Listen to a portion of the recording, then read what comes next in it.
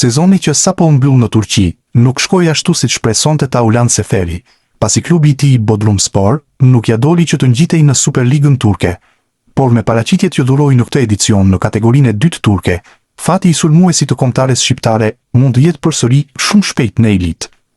Sipas mediave turke, lojtari i cili në këtë sezon ka shënuar 16 gola e ka dhënë 7 asiste në 43 ndeshje të luajtura, po monitorohet me interes nga 2 klube të Superligës turke, Rizespor dhe Kasimpasha, të cilat kërkojnë përforcime për sezonin e ri.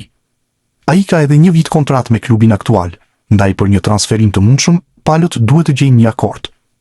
Ndërkohë, por Seferin ka shfaqur interes edhe një klub francez, më saktësisht Grenoble, që është pjesë e Ligës 2, dhe synon që në edicionin e ardhshëm të luftojë për të kthyer në elitën e futbollit francez.